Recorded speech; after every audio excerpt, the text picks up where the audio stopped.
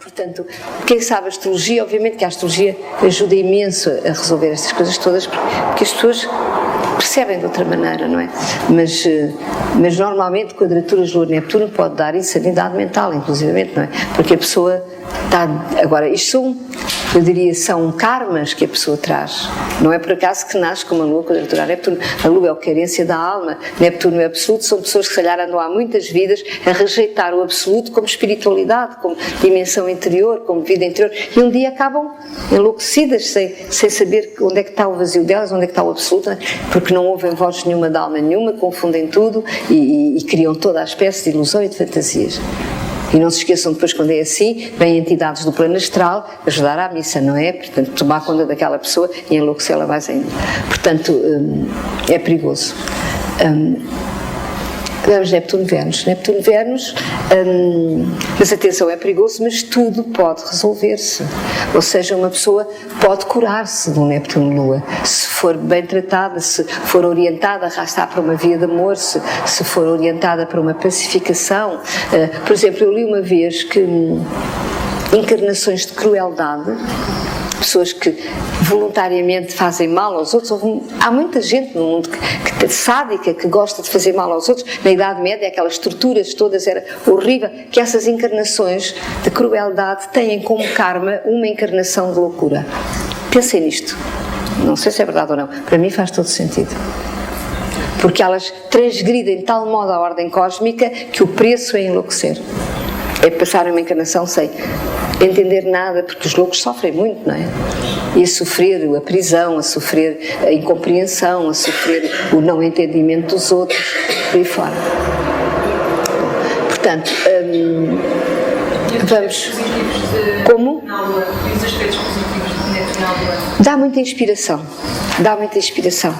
Dá a carência da Lua, dá misticismo, dá a pessoa que reza e vai parar a nirvanas, quer dizer, dá essa capacidade de subir, da Lua subir com o Neptuno. Mas também isso pode ser uma ilusão muitas vezes, não é? Porque ela tem que viver a Vênus. Não se esqueçam que a Vênus é o patamar da oitava abaixo do Neptuno. E todos os místicos, que se calhar muitos tinham Lua Neptuno, não é? Agora, tem que viver a Vênus. Não substitui o Neptuno, nunca substitui a Vênus.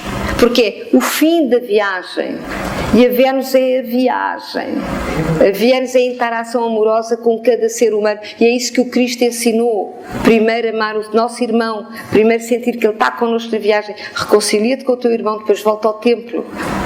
O Cristo foi a primeira pessoa que veio ensinar a separar a Vênus de Neptuno e a ensinar a Vênus. E a dizer que a Vênus é prioritária a Neptuno.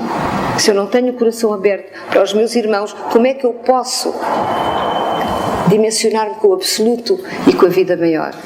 Portanto, o Neptuno não pode ser uma fuga.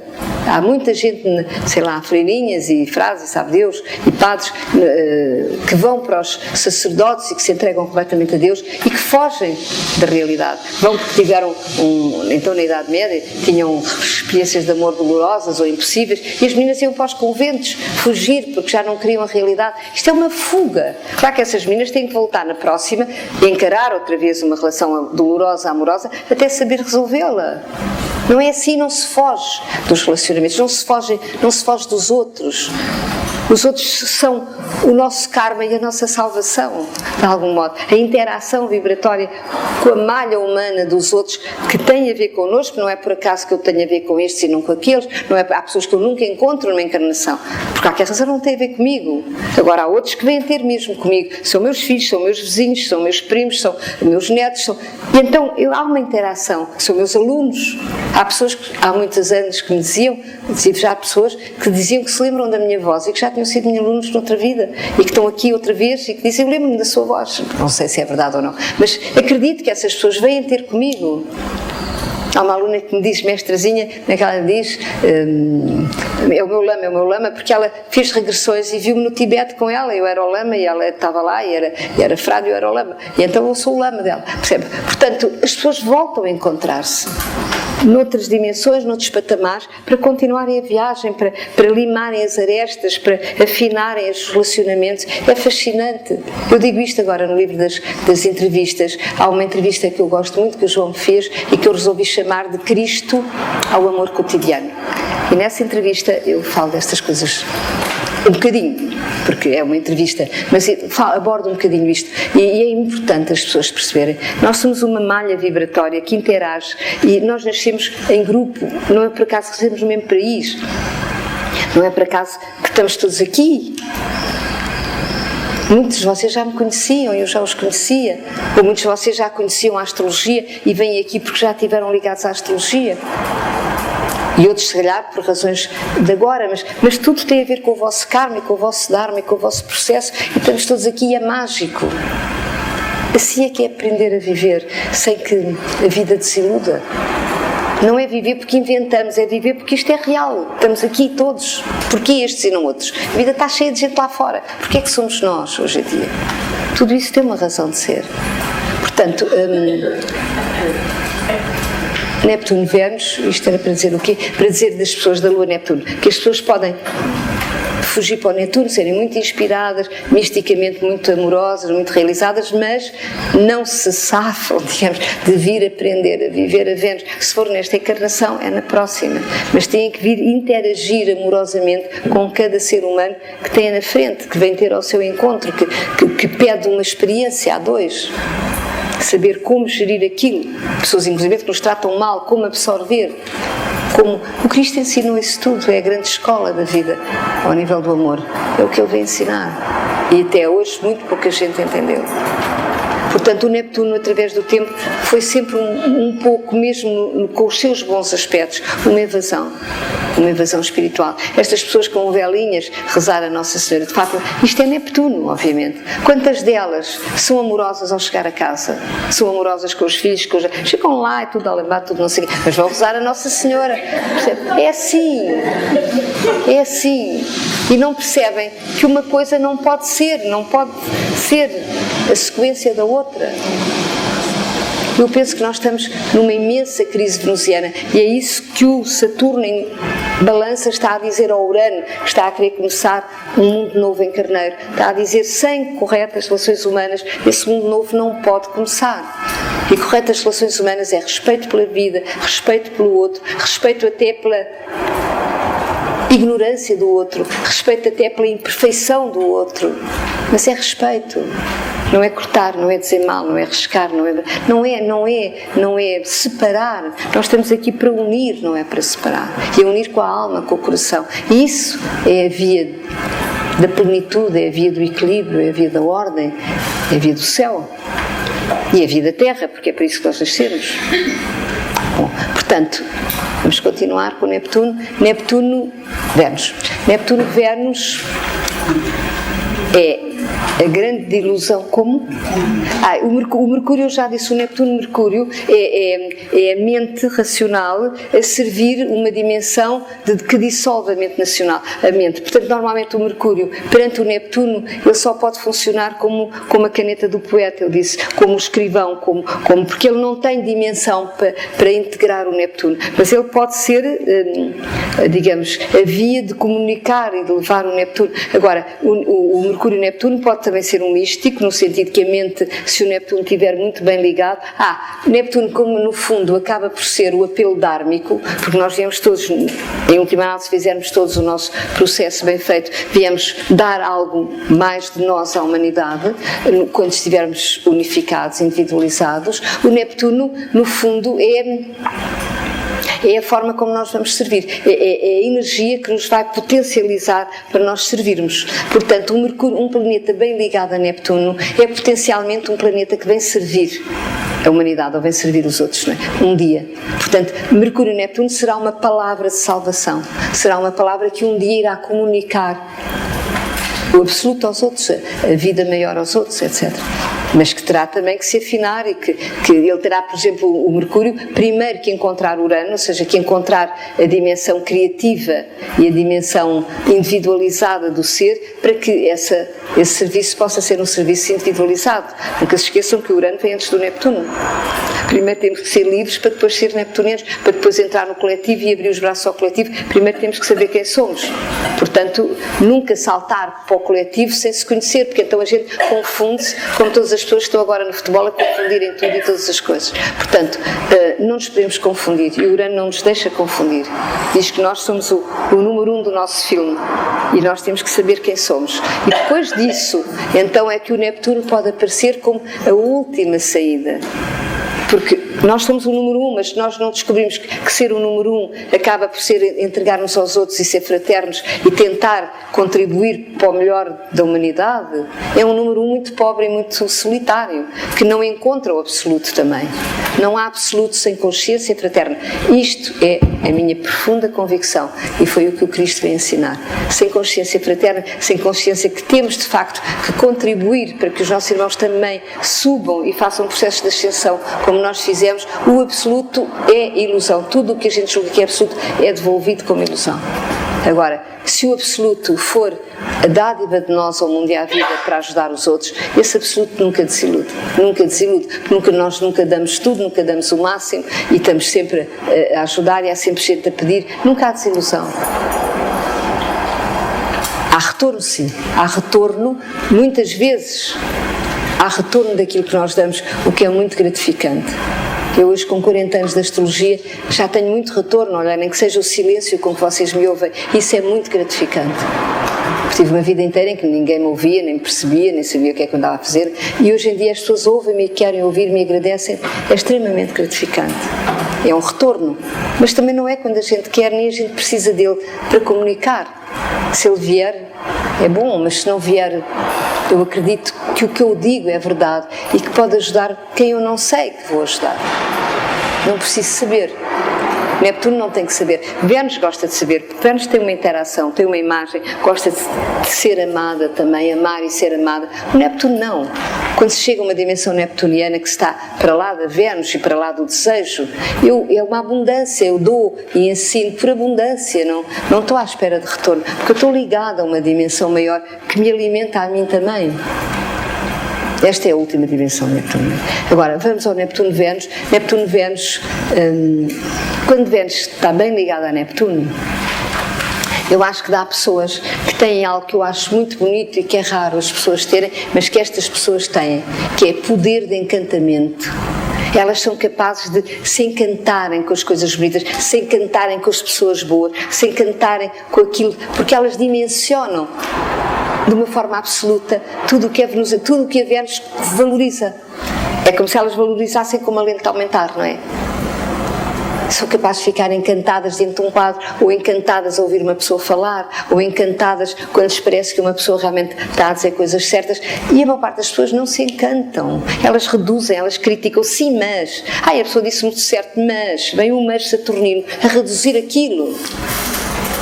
Eu lembro-me, no meu tempo, que é um tempo de intelectuais muito materialistas e arrogantes, havia um centro cultural de cinema e eu conhecia muito bem, dava-me com essas pessoas todas. Eu tive um bar em Lisboa que era 1,5 m, um dia tudo o que era gente de cinema e de arte e disto e daquilo.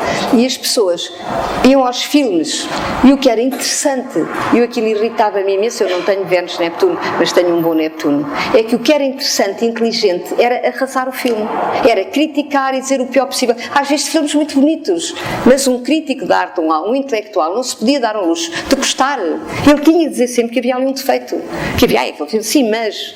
E eu não aguentava aquilo, sempre, mas vocês não sabem ter encantamento, vocês não sabem calar-se, ouvir, ver e dizer que filme fantástico isto é.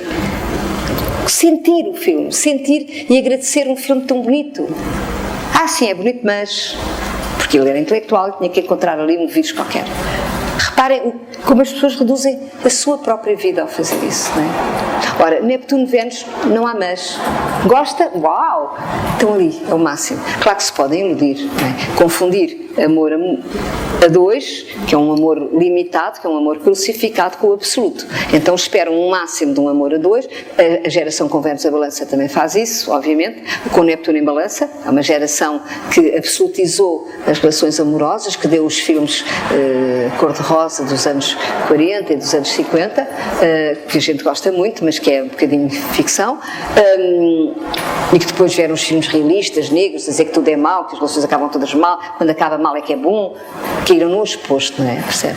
Portanto, Vênus-Neptuno não, Vênus-Neptuno É o absoluto transformado em relação a dois, não é? É o absoluto vivido como, por exemplo, há um aspecto interessante que eu posso focalizar e que vem no meu livro de Portugal, no capítulo Ainda há Água, em que eu falo do fado, que o fado é de facto uma expressão portuguesa e uma expressão neptuniana, mas o tema de Portugal tem Vênus quadratura a Neptuno.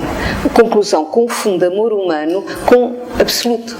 Portanto, o drama do fado é sempre a paixão, sempre o amor absoluto, que devolve a desilusão, porque o amor não é um absoluto. O amor é um trabalho a dois, difícil até a gente conseguir alinhar agulhas, mas não é um absoluto. Tem momentos de absoluto, mas no tempo não pode ser um absoluto porque as pessoas são imperfeitas. E o absoluto requer perfeição. E os outros, a gente bem quer que eles sejam perfeitos e eles não são. Porquê é que a gente quer? Não é porque os ama, é porque é muito melhor para nós se eles forem perfeitos, é fantástico. É evidente, mas não são. E estão sempre a mostrar que não são. E a gente tem que se aguentar com aquilo, não é? Tem que dizer, olha, enganei-me. Não é dizer, tu desiludiste-me. Não és tu que me desiludiste, eu não te vi. Não olhei para ti, inventei-te. Assim é que tem que ser conversado, não é? Portanto, Vênus-Neptuno é tudo isso, não é? Portanto, um idealiza o outro. Claro que se for um bom aspecto, tem tendência a encantar-se e a viver numa espécie de filme cor-de-rosa e se calhar nunca se aperceber dos defeitos do outro, porque acha tudo tão lindo que nunca se consegue perceber que o outro tem ali coisas que não são tão boas como isso tudo, mas com uma quadratura, então aí é óbvio que vai inventar e desiludir. Uma quadratura Vênus-Neptuno, a pessoa apanha com as desilusões todas do seu excesso de ilusão. E o fado é isso, o fado é a alma a cantar a desilusão amorosa das suas paixões, não é? E a personalidade, eu diria, a cantar a dor da alma pela desilusão amorosa. Agora, não deixa de ser, isso é que eu acho extraordinário em termos de Portugal, um país que canta a sua dor e canta a sua alma. Canta uma alma que ainda não sabe, se calhar, dimensionar o absoluto noutra dimensão, mas que de algum modo já absolutiza o amor, embora de uma maneira equívoca. Os outros países estão muito longe de o fazer e muito menos de o cantar. Vivi 6 anos em Paris, andei muito pela Europa naquela altura toda, é impensável imaginar um suíço a cantar um fado, ou um belga a cantar um fado, ou um inglês a cantar, é impensável, porque eles não cantam a sua alma, eles embedam-se ao fim de semana, porque a alma deles está tão perdida que é o que eles sabem fazer para se sentir menos mal. Eu estou a ser mazinha, peço desculpa para os ingleses. Mas é verdade, eles embedam-se ao fim de semana, eles em termos coletivos. Porquê? Porque a alma deles está tão carente e está tão incapaz de se comunicar, porque eles não comunicam sentimentos, porque ensinaram-nos de pequeninos a não comunicar o que sentem, que obviamente que eles ficam emparedados numa espécie de congelamento emocional que tem que sair por qualquer lado, tem que encontrar um escape. Claro que não são todos, há sempre pessoas extraordinárias, em Inglaterra como em todo lado, mas de uma maneira geral as pessoas são assim. Enquanto que ao menos os portugueses cantam fado, cantam a sua dor. Isso para já, do ponto de vista terapêutico, é fantástico, não é? Cantar a dor é exatamente sair da dor, é transmutá-la. E os outros que ouvem e também vão transmutando ao ouvir. Portanto, já é um processo psíquico de transmutação de sofrimento, não é? Porque cantar uma dor já não é viver a dor, já é um bocadinho mais que viver a dor. É? Já é uma saída para a dor. Ai, que lindo fado, gostei tanto. Cantou a dor o tempo todo, mas gostou quem cantou, gostou quem ouviu. Há aqui um fenómeno de transmutação. Portanto, vejam como o fado é uma coisa psíquica profunda, profundíssima, que deve ser muito mais bem analisado, no sentido de perceber o que é que ele tem de equívoco e o que é que ele tem de extraordinário que os outros países não têm. Eu comecei a amar Portugal e a dimensionar a grandeza da alma portuguesa por ter vivido 6 anos lá fora. Porque os outros países não são assim, não têm esta sensibilidade e este sentir da alma que os portugueses têm, embora muito confusos. E agora estão muito perdidos, estão cada vez mais miúpes e materialistas e não sei o quê, cada vez mais condicionados pelo materialismo que vem de fora. Portanto, Portugal está mesmo a passar uma crise muito grande, mas a alma deles é sensível e eles podem facilmente recuperar essa ligação à alma. Porque é peixe é muito fluido, os peixes muito facilmente, de repente, reencontram o caminho. Bom, portanto, Vênus-Neptuno, esse que está dito. Marte-Neptuno em quadratura É mau no sentido, é difícil para a pessoa, porque a pessoa deseja, ilude-se e faz coisas que não lhe devolvem aquilo que ela quer. Portanto, há sempre uma frustração em Marte, quadratura a Neptuno. Há sempre um desejar e não ter, ou um querer o máximo e fazer tudo ao contrário para ter o máximo. Então um Marte-Neptuno faz as neiras. Um Marte-Neptuno pode exatamente drogar-se e fugir para a droga porque quer o absoluto e não sabe onde ele está. E o Marte-Neptuno pode implodir o desejo e autodestruir-se.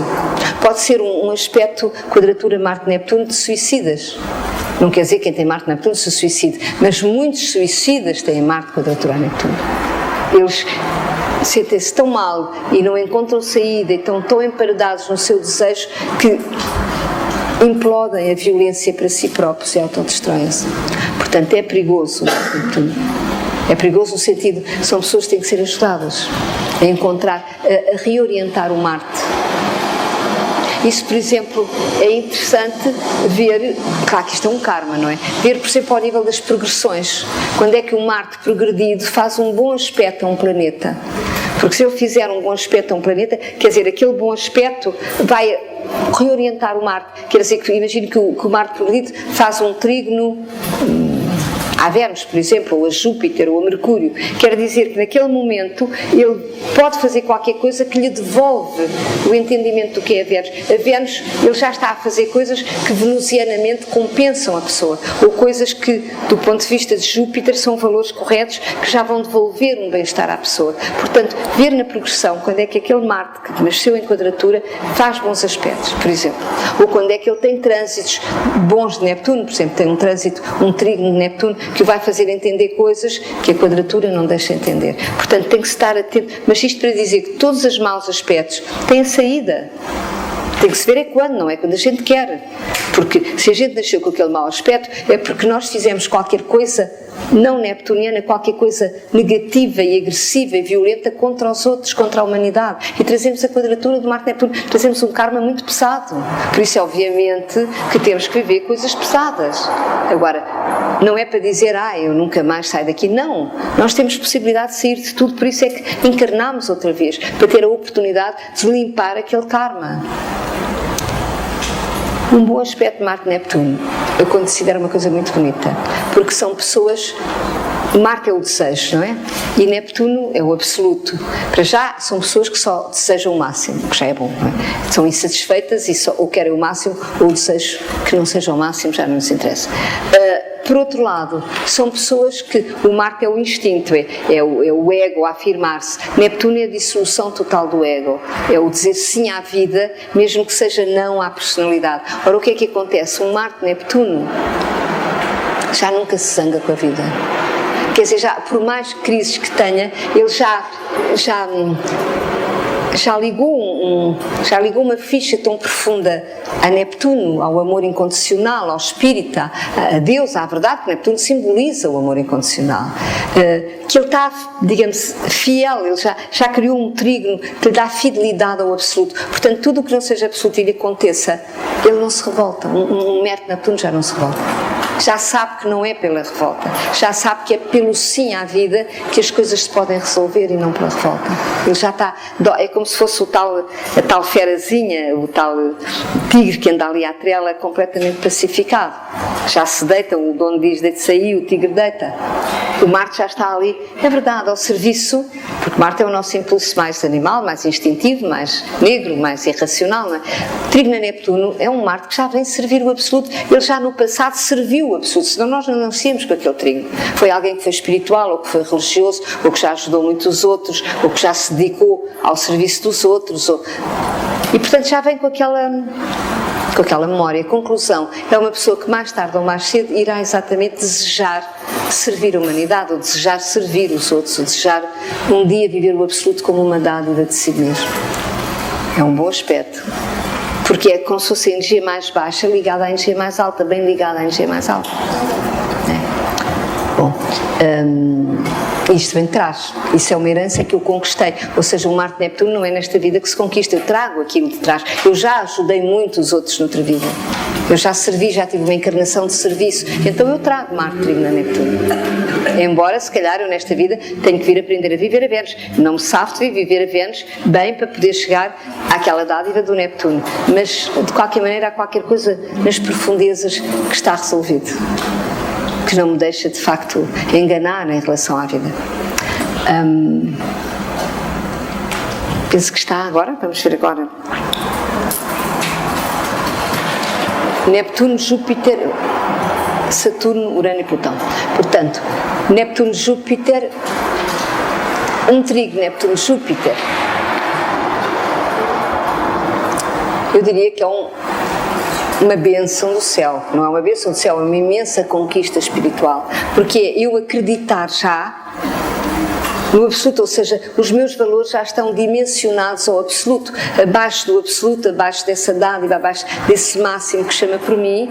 Eu acho que não vale a pena acreditar em mais nada. Quer dizer, não há perigo daquele Júpiter se confundir com valores menores, não há perigo daquele Júpiter, por exemplo, deixar de ver uma aula de astrologia para ir ao futebol, não há perigo. Ele já está em trigo na Neptuno, a menos que ele tenha outras dissonâncias. Então as outras dissonâncias podem enganá-lo. Mas um Júpiter não dissonante e trigo na Neptuno é uma pessoa espiritualmente muito evoluída já muito numa dimensão em que ele já acreditou e já serviu numa dimensão espiritual e religiosa no passado. De resto, é raro encontrar Júpiter trigo na Neptuno sem nenhuma dissonância, não é? Porque Júpiter é a intuição da verdade e Neptuno é o absoluto, é como se o Júpiter intuísse bem o absoluto e tivesse consciência que acreditar também está ligado a uma dádiva, está ligado a um serviço, está ligado a algo que nos transcende. Isto hoje está um bocadinho.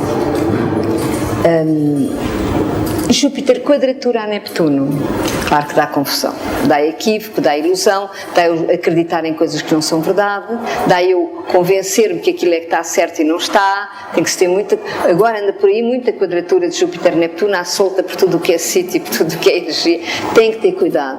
São os falsos profetas, são as pessoas que falam muito de amor e no fundo não têm amor nenhum para dar, são as pessoas que se iludem consigo e com aquilo em que acreditam, que dizem que amanhã vai acabar o mundo, ou que preparem-se porque em 1912 a Terra vai não sei para onde, vêm daí os extraterrestres. Quer dizer, há muita coisa que não quer dizer que não venham, mas não é assim desta maneira que a gente deve acreditar. Mas, portanto, Júpiter quadratura Neptuno dá ilusão, mas no plano dos valores, no plano daquilo em que se acredita, portanto é perigoso. Perigoso, pode dar fanatismo, claro que dá fanatismo, não é? Porque a pessoa absolutiza valores errados, porque ela ouve o Neptuno dissonante, portanto não associa Neptuno a uma dádiva da alma e ao coração, associa a qualquer outra coisa, senão não estava dissonante, e depois engana-se, não é? E engana os outros, porque Júpiter expande aqueles valores para o social e para o mundo, não é? Mas também é evidente que vem desiludir-se para eventualmente depois poder corrigir a sua desilusão. Neptuno-Saturno. Neptuno-Saturno, bem ligado, é a mesma coisa que o Júpiter. São pessoas que serviram a humanidade e que vêm já com uma grande capacidade de se sacrificarem pelo mundo e pelos outros. É um sacrifício que já é generoso, já não é sacrificar. São pessoas espontaneamente generosas, espontâneas, pessoas que ajudam, pessoas que não são egocêntricas, pessoas que eu peço uma coisa são capazes de ir buscá-la não sei onde e trazê-la. São pessoas que servem naturalmente e espontaneamente porque já serviram muito. Há uma dimensão muito generosa dentro delas, não é? Elas não têm medo de se dar, claro que depois têm outras coisas a resolver, mas há já uma memória de serviço espiritual ou dádiva aos outros, etc. Normalmente são pessoas que vêm trabalhar a Vênus, todas essas pessoas que foram muito místicas ou muito espirituais no passado, mas que se esqueceram da Vênus e agora nesta vida a Vênus é que é a dificuldade, porque, portanto, elas não têm muito que se preocupar com o Neptuno, têm que vir trabalhar a Vênus, porque só quando a Vênus estiver integrada é que aquele trígono Neptuno pode funcionar como deve ser, senão vão também evadir-se ou iludir-se com o Neptuno, vão querer ajudar os outros sem se conhecer a si próprios. Porque lhes é fácil ajudar os outros e não querem fazer o processo de se porem em causa e de se conhecerem. Também isso acontece, não é? Aspectos dissonantes Saturno-Neptuno. Eu particularmente incomodam-me imenso aqueles aspectos. Quando vejo um tema numa pessoa, fico logo assim a olhar para ela. Porque são pessoas que culpabilizam os outros e são sempre vítimas do que lhes acontece. Porque o Neptuno não chega à boca para dizer amor, ou seja, as coisas acontecem e as coisas negativas eles não querem assumir que foram eles que as criaram e que as atraíram. Então há sempre alguém que é bode expiatório, ou é aquela pessoa, ou é o outro que me traiu, ou o mundo que não me percebe, ou a gente que não me vê. Portanto, quando se vê uma pessoa a queixar-se muito de tudo e dos outros, tem Saturno quadratura Neptuno, porque não tem suficiente generosidade nem abertura da alma para perceber fui eu que me enganei, fui eu que... Um trígono de Júpiter, de Saturno e Neptuno, a pessoa pode dizer isso, naturalmente. Uma quadratura, a pessoa não é capaz. É como se a dor do Saturno, o Saturno está uma dor grande demais, uma culpa grande demais, para ela ser capaz de se continuar a culpar. Então ela não quer tocar, é uma ferida, ela não quer tocar naquela culpa. Portanto, culpabilizar-se é pôr mais lenha naquela fogueira. Então ela tem que saltar fora e culpabilizar alguma coisa em alguém. Ela não pode ser mais culpada. Então é aquele, é o outro. Isso é muito mau para a própria pessoa, porque quando nós culpamos alguém de uma situação, de uma experiência que é nossa, porque nós é que a atraímos, a vida não fala connosco, a vida não nos ensina, porque a gente está a dizer ao outro, olha, a experiência é tua, não é minha. Se eu digo a experiência é tua, a experiência não me ensina mais. Digamos que o karma que ela vai semear com aquela experiência é a experiência passar por ela e ela não a entender. Portanto, pessoas com Saturno e Neptuno normalmente não se põem em causa, têm muita dificuldade de evoluir e só muito tarde, e quando estão muito desiludidas, já muito cansadas de culpar tudo, já não têm fogo nenhum, já esgotaram o fogo e o pelotão e tudo quanto há, se calhar nessa altura elas percebem, será que sou eu que tenho que perceber qualquer coisa? E aí estão maduras para denunciar a sua quadratura. Mas é difícil. É uma ilusão, vivem permanentemente numa ilusão de que não são elas as responsáveis, ou seja, dá irresponsabilidade, mas todos os quadraturas de Saturno dão irresponsabilidade, mas a Neptuno é a responsabilidade absoluta, é o máximo da irresponsabilidade, eu não pôr em causa em relação a nada daquilo que eu faço. Há sempre alguém que está ali para apanhar com aquilo em cima. Bom. Neptuno-Urano.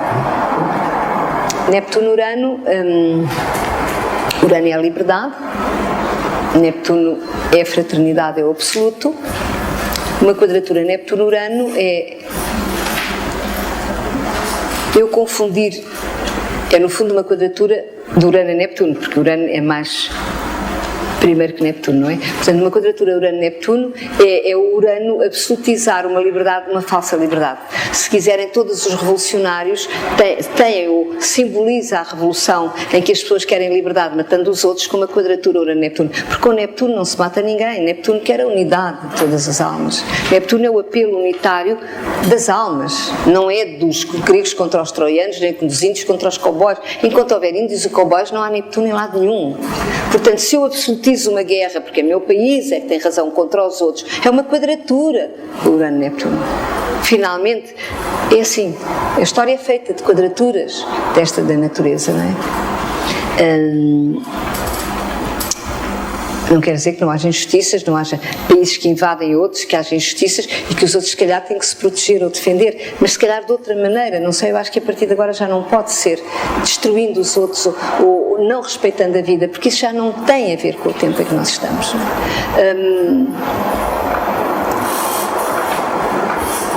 Portanto, é uma falsa liberdade, é um falso apelo absoluto, é pensar que o absoluto está numa liberdade para alguns contra os outros, é normalmente dividir o Neptuno, achar que há bons e maus, os meus é que têm que ser livres, os teus têm não sei o quê. Portanto, quando nós tomamos opções, por exemplo agora, um jogo de futebol em que está tudo a torcer por Portugal contra a Espanha, obviamente que isto é uma memória histórica de rivalidade, de guerras, de karmas que Portugal teve com a Espanha todo o tempo, fica tudo muito feliz por ganhar os espanhóis, mas na realidade é uma coisa anti-neptuniana. Porque o Neptuno diz que não há espanhóis nem portugueses, há ibéricos, há seres que são irmãos, que estão ali ao lado e que se calhar temos que dar as mãos para fazer qualquer coisa e não dizer nós somos melhores. Enquanto dissermos somos melhores, estamos naquele erro arcaico e como é que eu ia te explicar, dinossáurico do passado, a criar divisão e dor e sofrimento para a humanidade. Isso passa-se a nível já, digamos, mais inocente, porque também o futebol não é nada inocente do ponto de vista económico, mas mais inocente, que é estar ali a manipular os outros através de uma bola, percebe? Mas isso é indo ao vírus neptuniano. de que nós somos melhores que os outros, mas nós somos melhores do quê? Enquanto houver competição no mundo, haverá sempre dor e divisão. Porque a humanidade é fraterna, são irmãos. Não são eu sou melhor, o outro é melhor. Enquanto os desportos forem competitivos, o mundo está errado. Nisso nós temos que acreditar e perceber. Se quisermos mudá-lo, porque senão também vamos pôr lenha na fogueira, as tão bonitos que são estes jogos. Uma coisa é fazer desporto e mostrar aos outros que fazemos bem. É ótimo. Um bom desportista é fantástico. Agora, eu sou bom porque eu tenho que ganhar o prémio, eu sou o primeiro porque o outro é melhor. Mas o que é isto? Do ponto de vista espiritual é o equívoco total do ego. É egos inflacionados que depois têm que desinflacionar com a maior das desilusões porque não ganham e é bem feito. Para perceberem que o ego tem que desinflacionar. Mas são os outros que inflacionam o ego para ganhar. Tudo isto é um mundo louco, mas percebam. Eu estou a dizer com a minha alma o que eu sinto neste mundo, o que sempre senti. E graças a Deus agora tenho não sei quantas pessoas a ouvirem o que eu sinto. Mas sinto isto.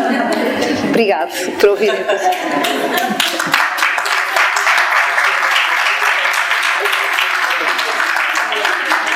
Mas pronto, mas é para perceberem o que é o falso Neptuno, não é? Portanto, isto é Neptuno-Urano. Querer liberdade para uns e não perceber que a liberdade só pode existir se nós formos livres. Há uma frase que eu digo muitas vezes que é quem contesta porque não é livre. Porque um ser que encontrou em si a liberdade, ou ser um ser individualizado, que encontrou assim a liberdade, ele não contesta, ele partilha a liberdade com os outros, que é o que eu estou a fazer com vocês. Eu senti-me sempre asfixiada neste mundo, culpabilizava o mundo de ser horrível, eu não conseguia respirar. O mundo está cada vez pior, eu respiro. Eu agora respiro. Porque é dentro de mim que a liberdade se encontra, não é no mundo. E que sempre que eu a partilho, mais livre eu fico. Porque sinto que mais livres vão ser outras pessoas também. Isto é a noção correta de liberdade. E de Neptuno ligado a Urano. Porque eu sei que esse absoluto está em todos nós. E que não há liberdade sem fraternidade. Então, se eu ensinar que liberdade é sinónimo de fraternidade, eu estou a guiar as pessoas para uma liberdade que não acaba mais, que não tem como se iludir. Vamos agora a Neptuno-Plutão. Estou a pensar que há uma geração, Urano-Neptuno em quadratura, que deu revolucionários muito agressivos e muito radicais e que depois passou a revolução e eles, obviamente, depois eles desiludiram-se todos com essa, isso fazia parte mesmo do karma dessa geração e que hoje em dia são pessoas politicamente muito mais moderadas, etc, não é? Foram de extrema esquerda para uma meia esquerda e não sei o quê, passaram por este karma Neptuno-Urano e aprenderam que realmente não é radicalizando que se chega a lado nenhum. Bom, portanto, agora vamos ao Neptuno-Plutão. Neptuno-Plutão é o limite, eu diria, da polarização do mundo, da luz e das trevas, da vida e da morte, porque Neptuno simboliza a luz, simboliza a unidade, Plutão simboliza a divisão, simboliza a vida maior, Plutão simboliza a divisão, simboliza a morte, portanto é o frente a frente, último e limite, é o ciclo mais lento do zodíaco, que tem 400 e tal anos para fazerem a vida, a volta ao ciclo, os dois, e são a polaridade máxima das energias. Portanto, ou se vai que pede, obviamente, a opção, ou se vai no sentido da luz, ou se vai no sentido das trevas, mas são incompatíveis. Onde há Plutão, não há Neptuno. Mas como Urano e Plutão também são incompatíveis. Onde há liberdade, não há poder. O poder é estático, a liberdade é dinâmica, não se encontram. E onde há poder e onde há entrega interior, não há, é incompatível. Portanto, eu opto pelo poder e sacrifico a minha dimensão neptuniana e amorosa, ou opto por Neptuno e tenho que abrir mão do poder. E estes são os planetas dos peixes. Portugal é peixes. Eu no outro dia fiz essa conferência sobre Portugal. Portugal vive ao limite esta dualidade, porque tem no seu tema Neptuno oposto a Plutão. Então tem um Sol trigno a Neptuno, portanto há uma dimensão espiritual em Portugal, mas há uma dimensão também plutónica em Portugal. E os portugueses têm que optar se querem estar no sentido da luz, no sentido das trevas. Eles não optaram ainda. Quando, através da história, houve muita altura, até Dom João II, que eles optaram, alguém disse que Portugal era inspirado pela sua própria alma espiritual, eles optaram por servir a luz e servir o Cristo. A bandeira portuguesa tinha as esquinas viradas para o meio, então Portugal servia um foco de luz, que era o cristianismo e a expansão do cristianismo. Com Dom João III, as esquinas da bandeira viraram para baixo, como ainda estão hoje. Portanto, Portugal passou a servir a matéria, passou a servir um mundo sem luz e sem espírito. E ainda hoje os portugueses não encontraram a luz que eles têm que encontrar para que Portugal seja, de facto, um país que pode criar o tal quinto império, que é o império do Espírito Santo, que é o império do Espírito da Terra, que é o império que não é um império de poder material. Perguntavam ao Agostinho da Silva, então, e quando for o quinto império, quem é que governa? Quem é que tem o poder? E o Agostinho dizia, no tempo do Espírito Santo, porque ele identifica era de Aquário com a era do Espírito Santo, então no tempo do Espírito Santo quem é que tem o poder? E ele dizia, é o Espírito Santo. Quer dizer, quem vai gerir o mundo é o Espírito a inspirar os homens que se deixam ser inspirados, que se entregam para que seja o céu a conduzi-los, que seja a intuição que vem do céu a conduzi-los. Será o tempo do Espírito Santo, será o quinto império. E Portugal, que tem uma alma pisciana, quando essa alma, os portugueses a encontrarem uma alma de serviço, uma alma que vem expandir de facto a fé e a verdade no mundo, como não sei se sabem, mas eu disse isso no outro dia, que Portugal nasceu exatamente com uma missão. O Afonso Henriques, na véspera da Batalha de São Mamede, apareceu-lhe Cristo em sonho, a dizer-lhe que ele ia ganhar a batalha, que ele ia ser investido rei de Portugal e que ia criar uma nação para expandir a mensagem do Cristo pelo mundo fora. E essa nação criou-se e até Dom João II ela manteve o mito e manteve a fidelidade a essa expansão. Bem ou mal, com as dificuldades que tinham as pessoas e a imperfeição que eram as pessoas na Idade Média a expandir essa missão. Mas a intenção era essa. E a partir daí houve um esquecimento da razão pela qual Portugal nasceu. E Portugal continua a existir e a ter que se encontrar nessa dimensão maior e a ter que se unificar para perceber que há uma missão espiritual que ele pode um dia vir a viver. Ou seja, passar ao mundo esta visão fraterna. Isto que eu vos estou a dizer a vocês. Eu, no fundo, não estou a dizer mais do que aquilo que Portugal e os dirigentes políticos portugueses um dia poderão dizer no Conselho das Nações. Não é extraordinário, não é demais, não é um milagre. Basta eles estarem formados para dizer isto. Porque os portugueses podem dizer isto. Têm sentir, têm alma para dizer isto. Para dizer um dia aos outros que ou há fraternidade ou não se pode fazer nada neste mundo. E isso é o quinto império, é o império da fraternidade, é o império do Espírito Santo, é o império das pessoas que sentem que têm que ser guiadas por uma inspiração que vem do céu. Inspiração quer dizer em espírito. Portanto, Portugal é peixes. Portugal, eu dou o exemplo de Portugal porque é o melhor exemplo que eu posso dar para a relação do Neptuno com o Plutão, que nós percebemos melhor. E os portugueses têm na sua alma essa dualidade e têm que optar se seguem o Plutão ou se vão um dia entregar-se à luz que chama por eles, que é o Neptuno. Eu penso que nós, ao virmos aprender, ou vocês a astrologia, já estão a seguir a via da luz, que tem que começar pelo Urano, pela liberdade, pela estrutura de uma mentalidade livre, para depois chegarem à consciência de qual é o vosso Dharma, o que é que vocês vêm fazer este mundo. As pessoas estão muito preocupadas sempre com o Dharma, então, mas o que é que eu vou fazer? Eu digo, não se preocupe, a vida vai lhe dizer o que vai fazer, você pensa o que é que tem para dar e em que é que acredita, porque no dia em que acreditar, garanto-lhe que aparecem pessoas e situações para você partilhar e comunicar e dizer, isso é a consequência. Agora, a primeira coisa é nós estruturarmos uma personalidade consciente, que há em nós uma alma generosa que quer o amor. Primeiro, acertar as corretas relações humanas e depois perceber que temos que ir mais longe, abrir para um Neptuno incondicional. Mas isso é quando o céu entender e quando o nosso karma permitir. Porque pode ser que eu tenha um trígono, sei lá, de Neptuno a Júpiter, quando tiver um trígono em progressão, quando tiver 50 anos. Ou seja, então, nessa altura é que eu posso já abrir para o Neptuno dessa maneira. Mesmo que eu queira antes esforçar-me para ser muito neptuniana, se calhar tenho que viver outras coisas. E esta é a ordem do céu. Não tenho que inventar, não tenho que acelerar, não tenho que projetar, tenho que ser e que integrar cada dia aquilo que o céu me pede. Aquela frasezinha pequenina que eu recebi como recado, a cada dia a sua energia. Parece tola, não é tola, é fantástica.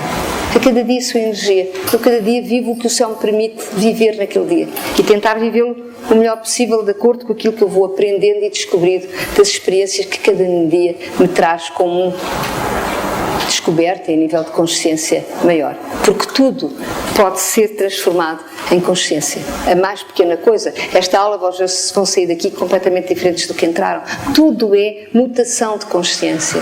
Tudo pode ser. Uma conversa, um olhar, um grito que eu dei e não devo dar e diga para a próxima já não grito daquela maneira. Tudo é mutação e expansão de consciência. E a vida torna-se fascinante se eu viver assim.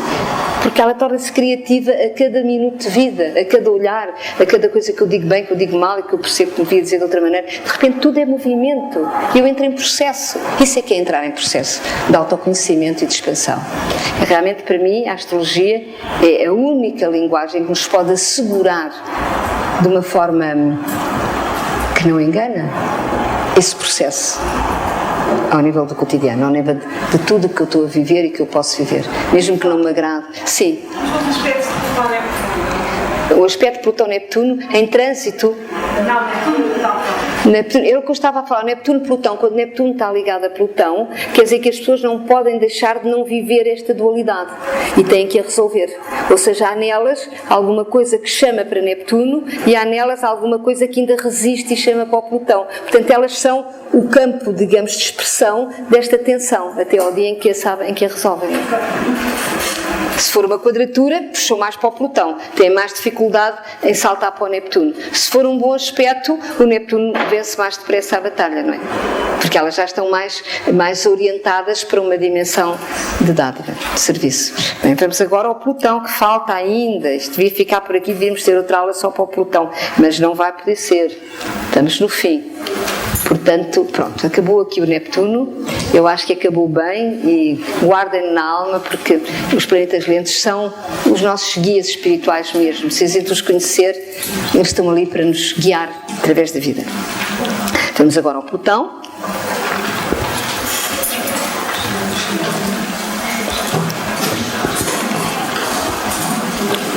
Plutão é o planeta da morte e do renascimento. Um aspecto de Plutão a um planeta pessoal ativa a máxima violência de autoafirmação desse planeta.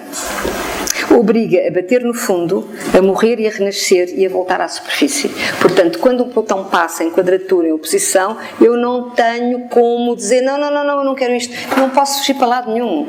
Eu só tenho que aceitar que é o momento de ir ao fundo, daquele planeta ir ao fundo, morrer e renascer. Eu posso é dizer não, e então vou criar um conflito enorme comigo, com a vida, com tudo. Portanto, quando vem o Plutão, eu pego na bandeirinha branca e faço assim, está bem. Para não evitar qualquer coisa de mais grave, porque eu não ganho nunca. Bom, para começar. Portanto, para produzir um renovado padrão de consciência. Porque o Plutão vem dizer nós temos que mudar, temos que deixar aquele ego daquela maneira, temos que deixar aquele poder através daquele planeta e aquele planeta tem que morrer e renascer. Portanto, um aspecto de Plutão, agora desculpem lá, um aspecto de Plutão pessoal vem redimir o lado negro que ainda ativa esse planeta.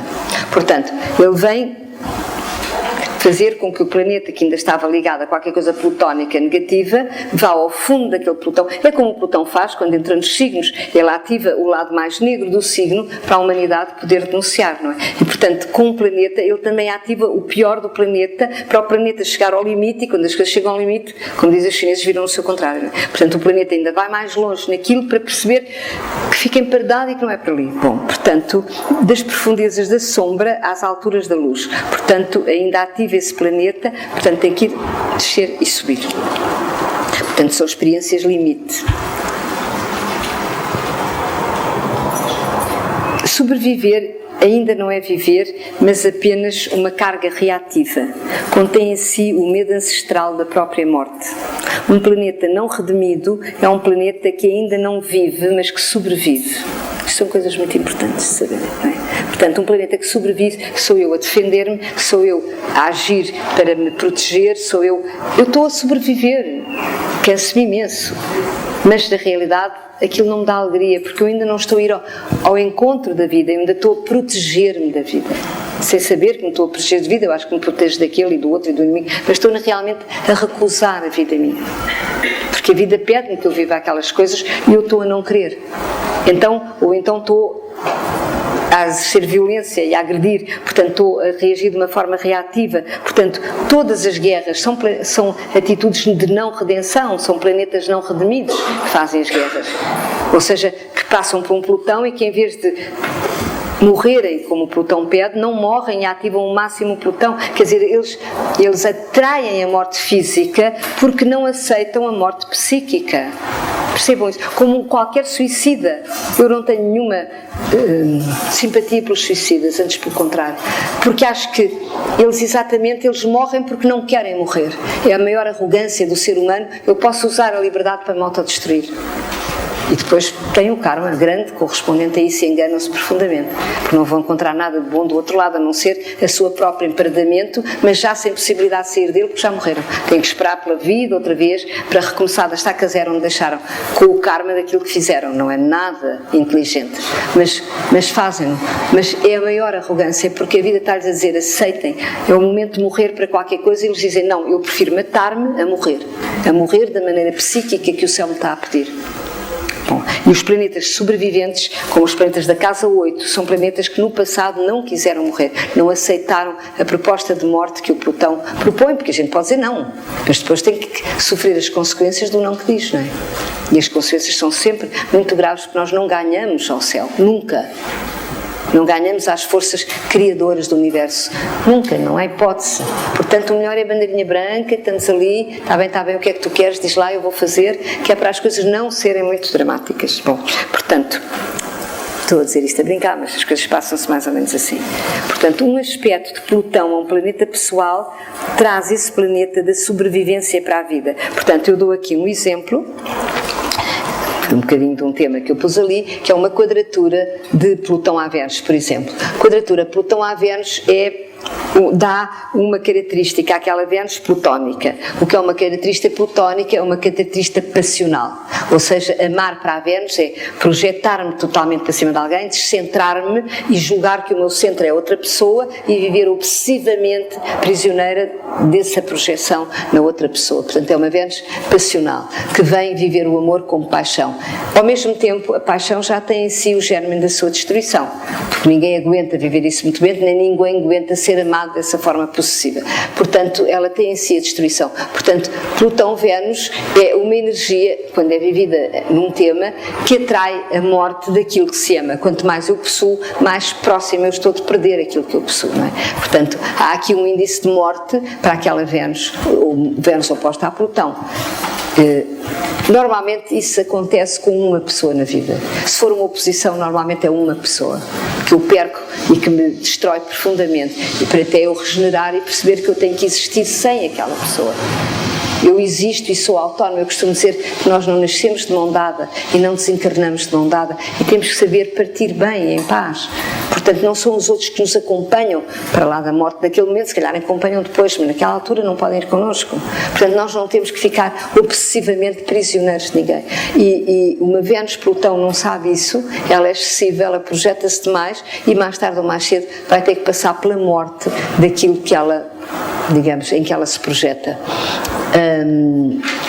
Eu estava a dizer que numa oposição, normalmente, pessoas que eu conheço com Vênus-Plutão tiveram assim um grande desgosto, um grande amor, uma grande perda, que as marcou para toda a vida, mas que elas têm que saber regenerar a partir dali. Quadraturas de Vênus-Plutão é mais uma forma de estar, ou seja, as pessoas podem atrair mais situações plutónicas ou passionais e serem mais vezes que elas vivem experiências dessas, não é? Até perceber que não podem continuar a projetar-se. Então elas dizem: perdi o fogo, estou tão cansada, eu já não sou o que era, já não posso apaixonar. Ainda bem que não podem apaixonar, porque elas não têm que se projetar daquela maneira intensa, excessiva, porque quando eu me projeto assim para cima de uma pessoa, os outros deixam de existir. Não há amor para mais ninguém. Todo o meu potencial amoroso é canalizado obsessivamente para aquele ser humano e eu não vejo mais nada. A vida dá-me outras coisas, eu não vejo, porque estou hipotecada àquela situação. Então aquilo vai ter que morrer. E o Plutão está ali a dizer que mais tarde ou mais cedo passa um planeta, passa inclusivamente o próprio Plutão em cima da Vênus a fazer quadratura a si próprio, e aquilo vai embora. E eu tenho que me encontrar sozinha a regenerar a minha Vênus sem aquela dependência. Bom, Vênus trigna Plutão, como todos os planetas trigna Plutão.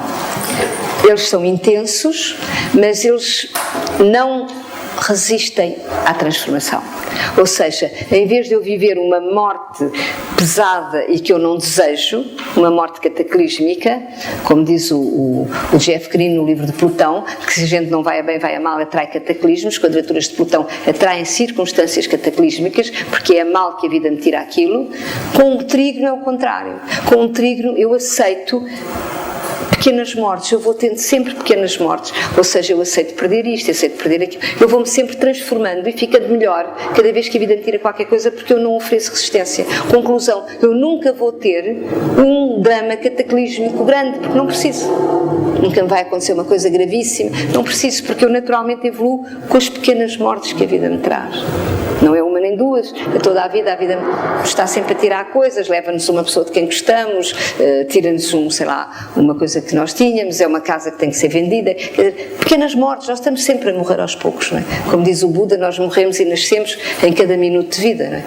Ora, um trígono Vênus Plutão aceita isso, aceita e cresce e evolui e aprende a amar através dessas pequenas mortes. É como se a vida fosse uma permanente alquimia de morte e regeneração. Portanto, há um processo suave que se faz, eu digo pequenas porque não são dramas, não são coisas cataclísmicas, são pequenas dores, de facto, a que eu não ofereço resistência, que eu aceito. Portanto, aí eu fluo com a vida e transformo. Vou vivendo as situações de regeneração sucessivamente através da vida, sem ter aquela situação única, radical, que me obriga a morrer definitivamente para aquela coisa que eu não quero largar. Penso que está entendido.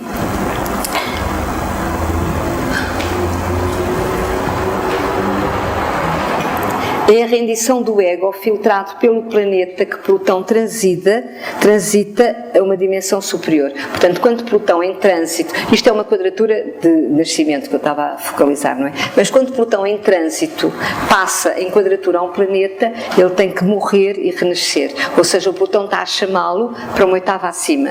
Ele tem que não viver, neste caso a Vênus, o amor como uma obsessão egoísta, mas tem que aprender a viver o amor como uma dádiva generosa, que é uma oitava acima da obsessão egoísta, que não é amor, a que eu chamo amor, mas que no fundo é dependência e desejo, não é?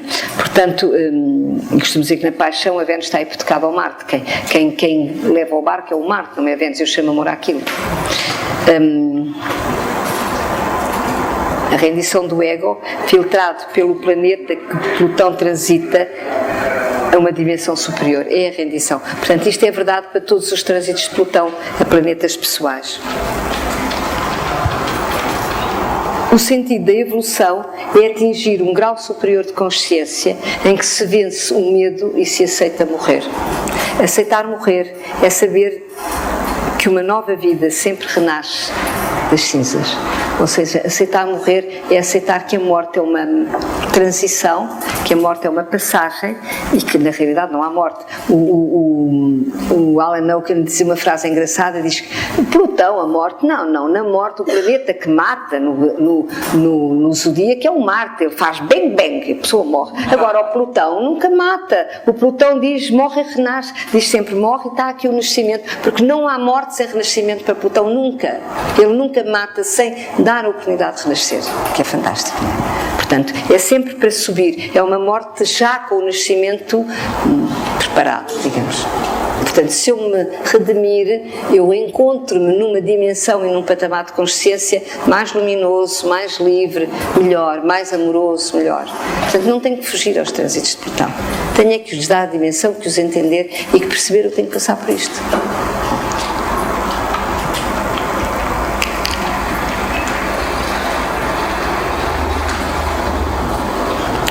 Vencido o medo da morte, o planeta renasce para uma vida nova, para um outro tipo de poder. O imenso poder de quem não quer o poder para uso próprio. Portanto, quando nós percebemos que servimos uma dimensão maior, temos o máximo poder, porque o poder é do céu e passa através de nós, mas não é nosso.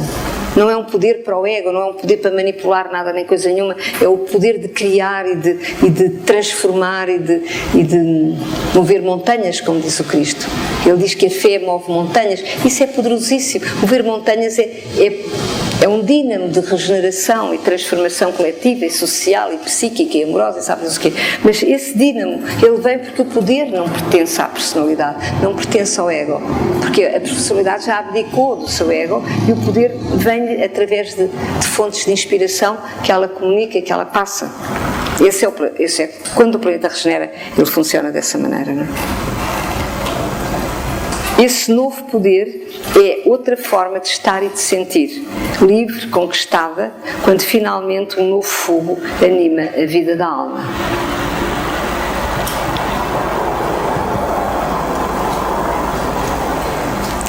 Fogo frio que ativa a luz da consciência. O André que chamava fogo frio, acho que ele é sempre quente o fogo. É frio no sentido que não é violento, é doce, é fogo doce, não é? Verdade que se revela como evidência interior de amor e liberdade. Quando nós começamos a acreditar no amor e a acreditar que liberdade também é sinónimo de amor, obviamente que perdemos violência, perdemos aquele pelotão, perdemos aquela violência toda que nos faz sobreviver e não viver. E aí isso ativa a luz da consciência, ativa uma outra consciência. Isso chama-se paz interior, não é? É o tal fogo frio, que não agride, que não é agressivo. Esta é a sagrada mutação que Plutão sempre propõe. Eu quis identificar os trânsitos de Plutão com esta dimensão sagrada, porque na realidade as coisas não podem ser vistas reduzidas. Ai, que horror, que mau Plutão. Não, não é que horror. Nós temos que atingir patamares de consciência que muitas vezes só atingirmos através de situações de morte e de perda. Então tem que ser assim. Claro que custa muito, claro que é doloroso, mas voltamos sempre à mesma conversa. O inferno é todo o sofrimento para o qual eu não vejo significado. Porque se eu der sentido ao sofrimento, se eu perceber que o Plutão não está ali para me destruir, mas para me elevar, e se eu perceber que tenho que passar por aquilo para ficar mais doce, mais livre, e menos agressiva e mais amorosa, então eu aceito aquela dor. E quando dou por mim, olha, aquilo já não me incomoda, olha, eu já não grito, olha, eu já não me irrito. De repente eu mudei, foi uma alquimia, foi uma mutação profunda, em que eu quase não fiz nada, a não ser dizer sim àquele sofrimento. Porque a dor é alquímica, nunca se esqueçam disso. Quando aceite, a dor não aceita a revolta, então entra em curto-circuito. A dor aceite é alquimia pura. Eu mudo, eu transformo, porque perco o medo, porque o que me faz revoltar é o medo. E quando eu aceito, eu já não tenho medo, enfrento o dragão. Está ali o dragão, vamos ao dragão. Eu aceito, não há medo. Eu mudo, eu transformo, perco violência. Isto é a essência do mistério da vida, é a essência do mistério da salvação. E obviamente que Plutão está na origem desse mistério da salvação, é o âmago dessa situação. Então agora vamos muito rapidamente ver o Plutão com os planetas, num instantinho, que eu já estou a ficar afónica. Portanto, Sol Plutão. Sol Plutão em quadratura, em oposição, chama-se prepotência. Eu mando, eu quero, eu posso, é como eu quero, é como eu gosto e não há ali mais nada para ninguém, eu é que sei. São pessoas, obviamente, que têm que aprender, têm que vir um Plutão, fazê-las parar e fazer perceber que não é assim. Sol Trígono Plutão é fantástico. É uma pessoa que está permanentemente a criar e a recriar-se, que não tem medo de morrer e de renascer, que é criativa, porque dá criatividade. É uma pessoa que sempre se interroga, porque o Sol é a identidade. É uma pessoa que não tem medo de se interrogar até ao fim, não tem medo de saber quem é, de se pôr em causa e cresce e renasce com a sua própria transformação. Portanto, é um aspecto muito positivo e muito dinâmico, Sol Trígono Plutão. Muito. A pessoa, ao mesmo tempo ela não tem sossego, porque o Plutão não deixa pousar nos ovos, nunca deixa dizer, agora vou descansar. Não, o Plutão está sempre a dizer, mais, vai ao fundo, vai. Mas ela vai, transforma-se e a vida torna-se um happening permanente, mas torna-se também uma descoberta permanente. Né? Portanto, é muito criativo. Lua Plutão, Lua em quadratura a Plutão, dá ruptura emocional. dá dependência emocional profunda e dá atrair-se em situações, ou pelo menos uma situação de ruptura profunda, ou com a mãe, ou porque a mãe morreu, ou com alguém a que a pessoa se agarra, mas a pessoa tem que, por um lado ela é obsessiva, é ciumenta, ela quer se agarrar, mas a vida não deixa. Com a quadratura ao Plutão, mais tarde ou mais cedo, ela vem perceber que não pode agarrar. Lua trígona Plutão também é uma regeneração contínua, ou seja, eu sou carente, mas aquele Plutão dá-me força para eu me pôr em causa e para eu tentar conhecer-me, para eu tentar psicanalizar-me, para eu tentar encontrar. Portanto, é uma Lua que quer mudar, que quer encontrar-se, que quer ir ao fundo do seu vazio, perceber quem é. Portanto, o Plutão dá essa força à Lua para ela não ter medo de se auto-questionar ou analisar, portanto, e sobretudo são sempre situações muito intensas. Lua, Plutão, Sol, Plutão, são pessoas que não têm relações levezinhas ou engraçadas ou divertidas, são sempre, atraem dramas, atraem sempre situações profundíssimas que vão ao fundo. Portanto, quando está Plutão, está sempre os 1000 volts da energia instalados. Portanto, é sempre tudo intensíssimo, não é? Portanto, costumo dizer que são relações fadistas, de vida e de morte, coisas assim. Agora, se forem trígono, não são dramáticas. São intensas, mas não são dramáticas. Se forem maus aspectos, são dramáticos. Portanto, têm que vir a ser, pelo menos uma vez na vida, têm que passar por um drama de ruptura e de morte. Mercúrio-Plutão. Mercúrio-Plutão, eu estou a dizer muito sintético, hein? Isto é muito mais que isto, eu só estou a dar uma lambuzadela para vocês terem uma ideia muito, muito genérica, mas vão aos livros de astrologia que dizem 50 mil coisas sobre o que é Lua, Plutão. Mas eu acho que também não interessa vocês começarem por decorar 50 mil coisas, interessa perceber a essência do conflito, o que é a essência da morte a tocar num planeta e da regeneração, porque se souberem a essência vocês vão discorrer. Eu estou aqui há 2 horas a discorrer, eu não tenho isto na memória, não sei decoro estes temas, mas como sei muito bem o que é o Plutão, o que é a Lua, e tenho muita prática de analisar temas, obviamente que eu já sei o que é que eles significam, mas porque deduzo as energias, e vocês aprendam a deduzir, aprendam a perceber o que é um planeta, o que é o outro, e perceber o que é que acontece quando ele entra em conflito. Portanto, não se sigam, o livro diz que dá isto, que dá aquilo, que dá aquilo. Não comecem a decorar qualidades e defeitos, porque nunca mais lá chegam, ficam apavorados com a astrologia, porque ninguém pode decorar aquilo tudo.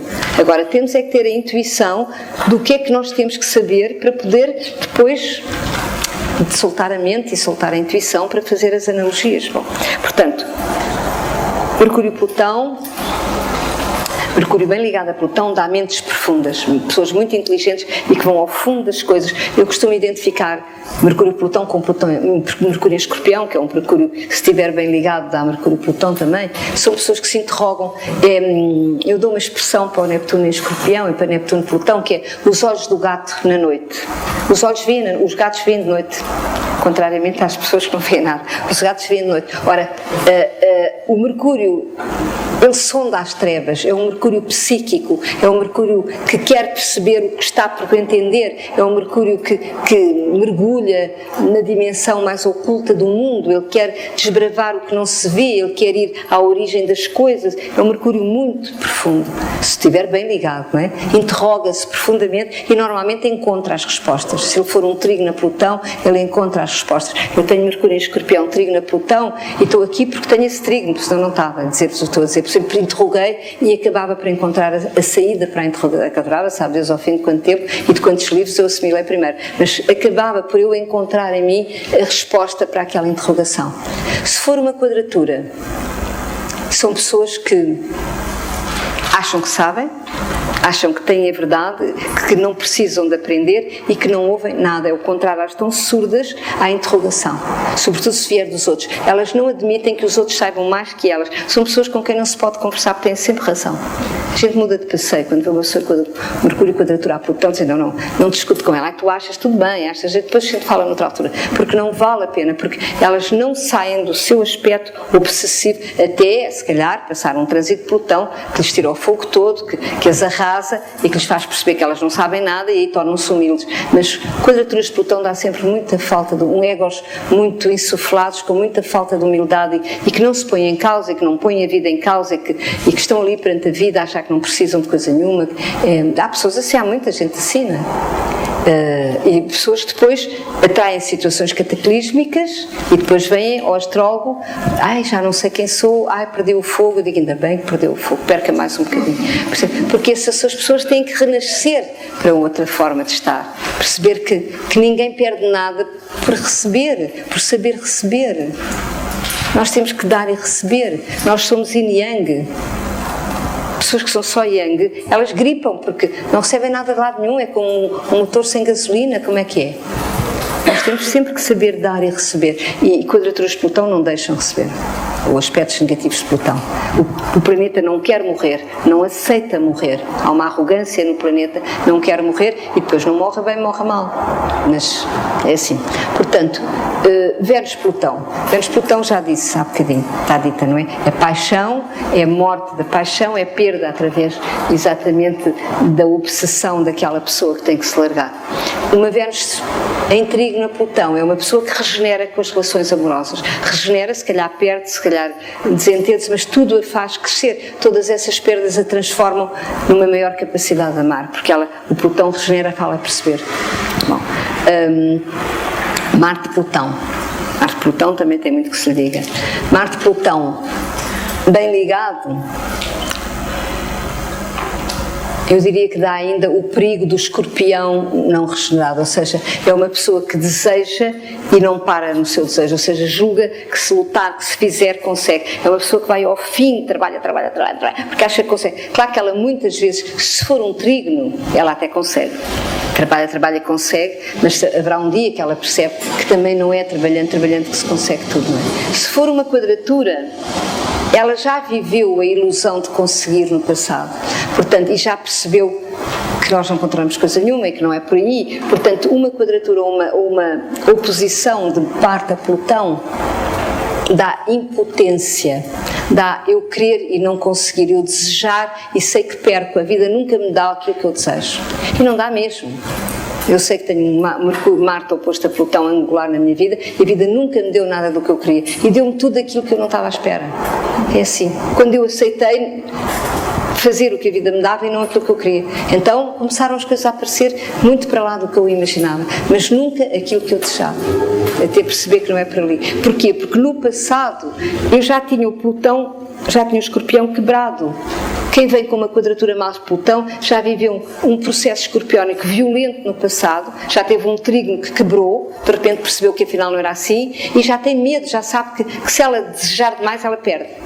Eu nasci sempre a saber que se eu quisesse competir eu perdia tudo. Eu não sabia se perdia, mas eu à partida já era um loser. Eu não ia por ali, eu nunca tentei competir com nada, porque eu sabia que ia perder. Porquê? Porque trazia memória de ter perdido. Portanto, era qualquer coisa que já não era para mim. Portanto, mas também sabia que passam comboios e que a gente tem que os tomar e não tem que hesitar tomá-los. Então a gente tem que desejar apanhar o comboio quando ele vem, mas não lutar para que passe o comboio. É uma coisa muito diferente. E tentei, quando percebi isso, nunca mais perder comboio nenhum, mas isso é entrar no momento certo, quando a vida diz podes, e não quando eu digo eu luto para ter, mas luto como? Se eu luto é porque a vida ainda não me está a dar, mas se não está a dar eu fico sossegadinha a perguntar, porque será que a vida não me dá? E não, mas se eu fizer, se eu der pontapés àquela porta, ela acaba por abrir. A porta abre, mas eu estrago a porta, parto o pé, faço outras coisas assim, e se calhar não é por aí. Portanto, o que é que acontece com Marte-Plutão? As pessoas que têm maus aspectos de Marte-Plutão normalmente são muito frustradas, porque ninguém lhes explica que aquilo está certo, que elas têm que perceber que a vida não lhes vai dar se elas insistem em desejar. Os livros de astrologia dizem uma coisa que eu li uma vez e fiquei horrorizada e pensei, bem, isto não tem nada a ver comigo, mas porquê? Dizem que Marte-Plutão, como é que eles diziam? Que era o aspecto dos santos ou dos assassinos, qualquer coisa assim, que era uma coisa terrível, que era uma coisa que dava muita violência, assim, que era um aspecto muito violento. E eu disse assim, como é que pode ser violento se eu só sinto impotência, não sinto violência nenhuma? E depois percebi que a violência, é que não depende, este aspecto de Marte-Plutão depende muito do nível evolutivo do tema. Um tema com bons aspectos de uma pessoa já evoluída, um Marte-Plutão não dá violência, dá impotência. Porquê? Porque eu nunca me passa pela cabeça projetar-me contra aquilo que eu sinto que não posso fazer já. Eu aceito embora me fique frustrada e não saiba gerir a frustração muitas vezes, ainda fico mal, mas já não me ponho a lutar contra a frustração, porque eu naturalmente aceito. Agora, se eu luto contra a frustração, ou se eu, ainda é pior que isso, a violência vem porque eu implodo, a minha impotência, eu sou impotente e fico frustrada e vou implodindo. E há um dia em que tanto implodo, que explodo, vou para a rua e mato alguém. Portanto, quando eles dizem que Plutão pode ser o aspecto dos assassinos, num tema mau pode ser, porque é uma excessiva impotência que depois se transforma em explosão de uma implosão. Mas não pelas razões que ele diz, não porque as pessoas são violentas, é porque as pessoas são impotentes. As pessoas, mesmo em termos sexuais, por exemplo, num tema masculino, Plutão, quadratura a Marte, dá problemas difíceis de gerir a sexualidade, se não souberem perceber como é que é. Porque já não tem que ser uma sexualidade agressiva e machista e violenta, como normalmente a sexualidade é. Marte-Plutão, num tema masculino, são pessoas já muito especiais, que têm que despertar o Marte pela via do amor e não pela via da violência. E enquanto não sabem isso, até se acham impotentes ou se acham que têm problemas sexuais, quando na realidade não têm. Se calhar são espíritos que estão noutra etapa evolutiva, já não é daquela maneira, já não é a conquistar, a dominar a mulher que eles se sentem atraídos. Se calhar é a amar a mulher que eles se sentem atraídos. Mas têm alguém que lhes ensinar nisso. E eles vivem com problemas enormes sexuais porque não sabem gerir aquela energia. Portanto, Marte-Plutão dá esse tipo de coisas, não é? Portanto, é preciso saber gerir. Um Marte-Plutão bem ligado a pessoas muito determinadas e com uma força enorme de realização, mas têm que ter cuidado e pensar que elas realizam enquanto o céu deixar, porque a última palavra não é delas. Senão, um dia vão apanhar também com uma impotência qualquer em cima, ou qualquer coisa que não sai como elas querem. Marte, quadratura a Plutão, e foi o que me aconteceu. Eu pensei, tem que haver uma chave para isto, como é que eu saio desta frustração, não é? Querer as coisas e não as ter. E depois a vida ensinou-me. Então, se a vida não me dá o que eu desejo, eu tenho que desejar o que a vida me dá. Isto é uma chave incrível para quem tem Marte, quadratura a Plutão, ou seja, a vida dá-nos sempre algo. Portanto, eu vou tentar desejar e estar disponível para aquilo que a vida me dá. Ou seja, eu estou à espera de uma pessoa especial para jantar e estou ansiosa e estou não sei o quê, e a pessoa não vem. E eu fico frustrada. Mas de repente aparece outra para jantar comigo. Eu digo, não, eu estou frustrada.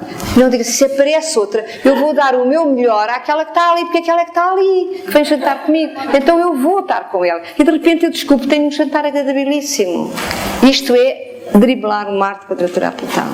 Não tenho que desejar, eu tenho que estar atento ao que a vida me permite viver. Se ela me permite viver aquilo que é bom para mim, então vou agradecer aquilo que é bom para mim, em vez de estar frustrada a pensar que eu quero aquilo que não vem. Porque no dia em que eu menos pensar, aquilo vem porque eu já não estou à espera. E é assim que a vida funciona connosco. Portanto, Marte-Plutão. Vamos agora... Ele pede sabedoria.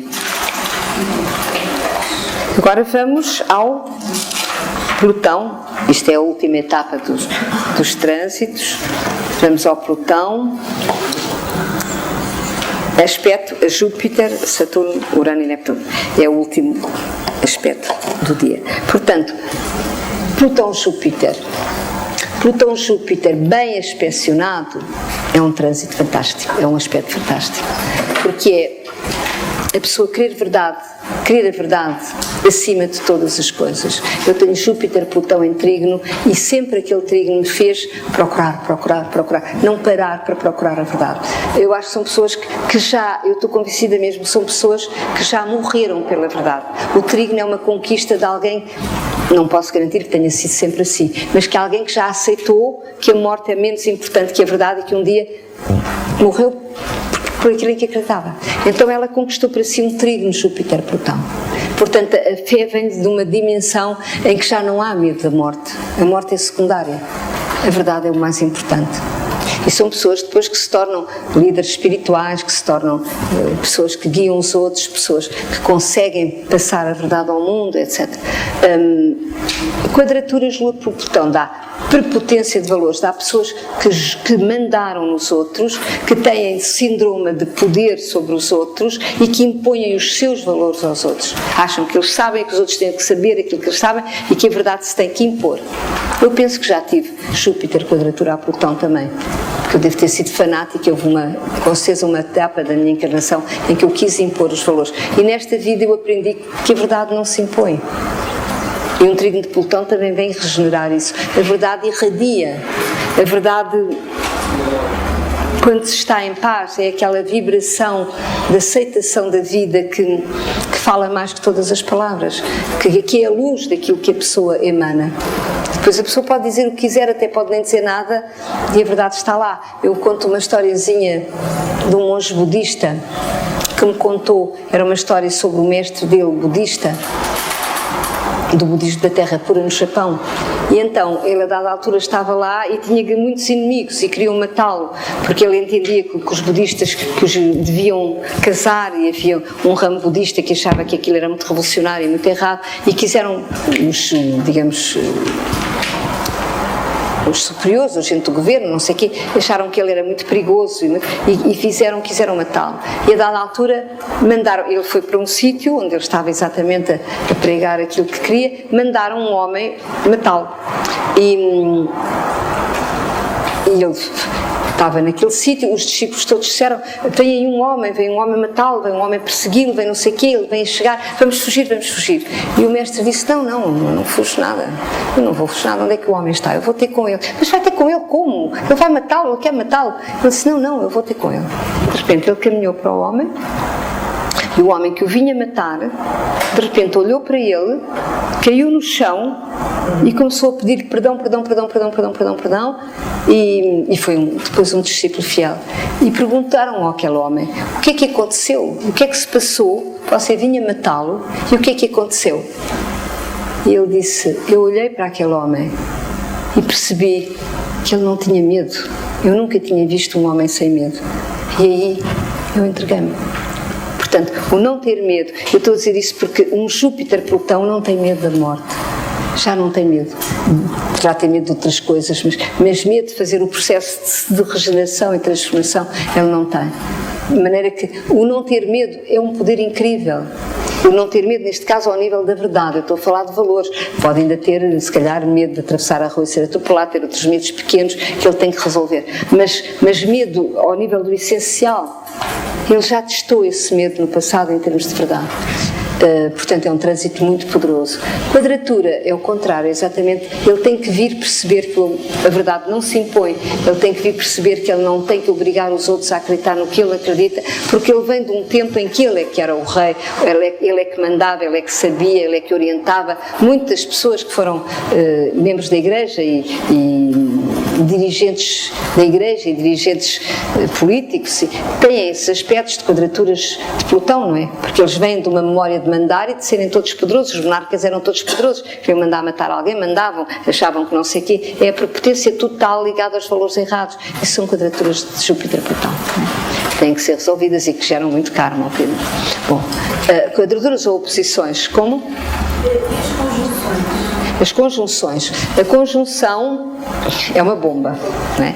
Porque é o Júpiter conjunto ao Plutão, aquilo é uma intensidade, é uma bomba enorme. Mas é uma bomba que vem inverter, como todas as conjunções, a polaridade. Ou seja, o Júpiter no passado era plutónico, aquela pessoa traz uma memória de ter usado o Plutão para afirmar o ego e os valores, e agora vai começar uma nova vida em que ela tem que aprender que é o ego que tem que se render à verdade e não ela usar os valores para dominar os outros, mas que tem que usar os valores para iluminar os outros, se eles quiserem ser iluminados, mas nunca impor valores a ninguém. Mas aquela bomba está ali a ter que germinar no sentido de inverter a polaridade do Plutão e do Júpiter.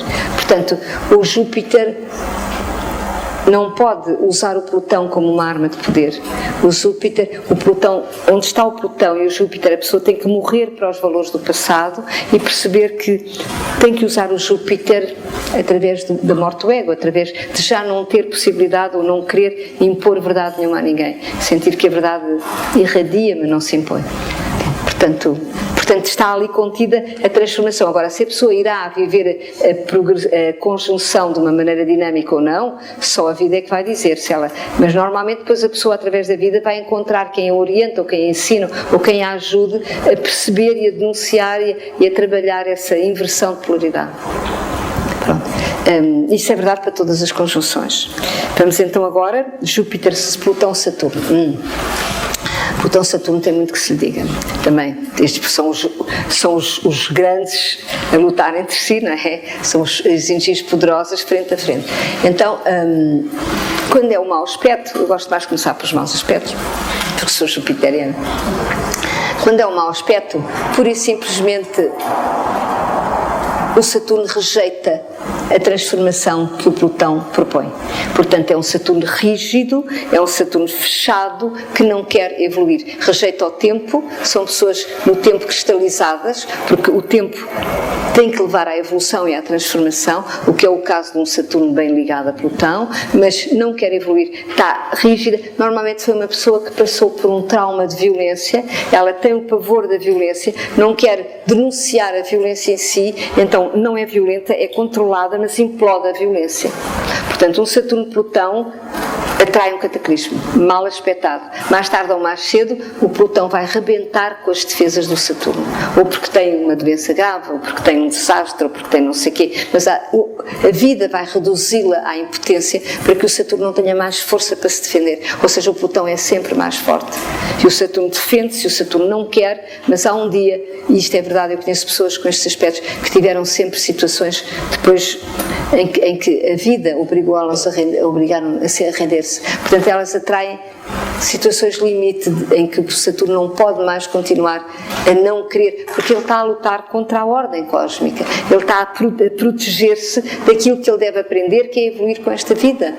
E, portanto, vai cristalizando, e há um dia que há uma explosão, o Plutão explode e acontece alguma, porque não pode defender-se dessa maneira. Quando é um trígono, é o contrário, é uma pessoa extremamente que trabalhou muito o sofrimento e a generosidade e as coisas do passado, é uma pessoa muito responsável, é uma pessoa que inspira muita segurança, porque não quebra, no sentido, ela aguenta as coisas, é uma pessoa que pode estar toda a gente em pânico, ela segura tudo, porque ela tem força para aguentar tudo, ela tem o poder do Plutão a seu favor, ela sabe gerir situações de morte, ela não descontrola, ela tem um controle total sobre as situações dramáticas da vida, ela sabe perceber que as coisas podem ser espiritualmente ou amorosamente controladas, ela não entra em pânico, não se descontrola, ela tem aquela força. Há assim pessoas que seguram o mundo, são pilares de segurança, não é? que inspiram essa segurança também.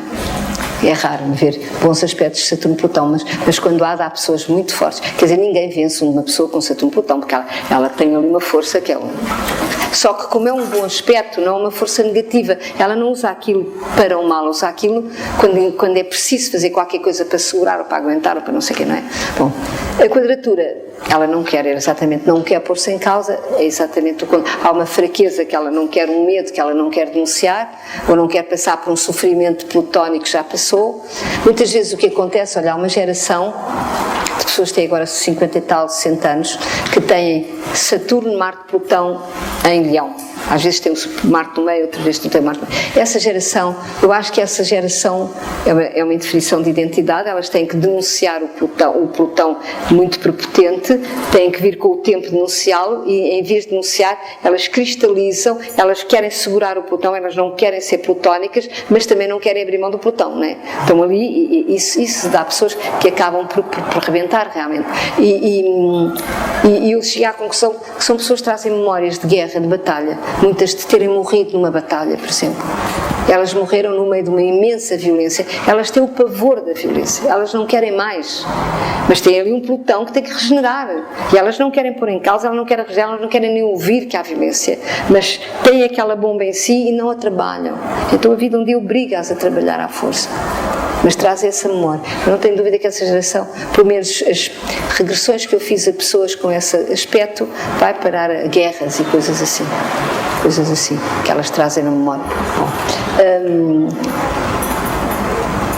Urano-Plutão. Urano-Plutão é a polaridade de poder ou liberdade. Não é?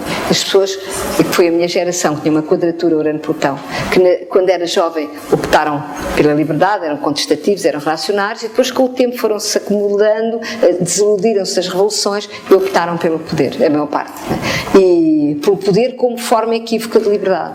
Julgam que ter muito dinheiro, ter automóveis, ter não sei o quê, é ser livre. Não é ser livre. Eles têm... Como é que se diz? Têm gaiolas douradas, não é? E estão lá metidos dentro e não sabem. Portanto, liberdade pressupõe fluir com a vida. Liberdade é fidelidade à evolução. Liberdade é movimento.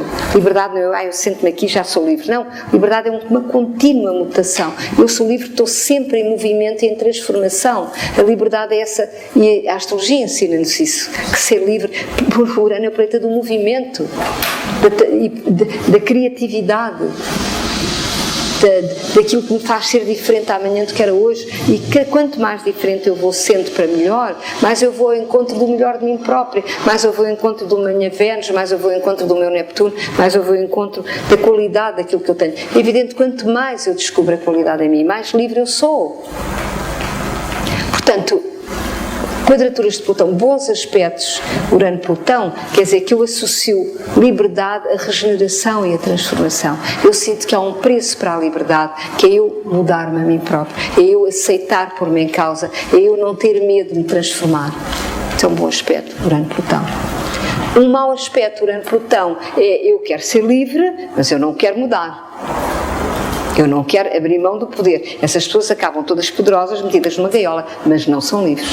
Na ilusão de que são livres. Depois morrem com coisas cardíacas, ataques de coração, coisas assim, porque não se transformaram. Mais ou menos eu diria que pessoas no poder hoje em dia, com a média de 60 anos, 50 anos, são todas pessoas que optaram pelo Plutão. Eu tenho um texto no livro de Escorpião, quem tiver o livro de Escorpião pode ler, que é análise de uma geração, que é a minha, das pessoas que exatamente se enganaram e optaram pelo poder contra a liberdade.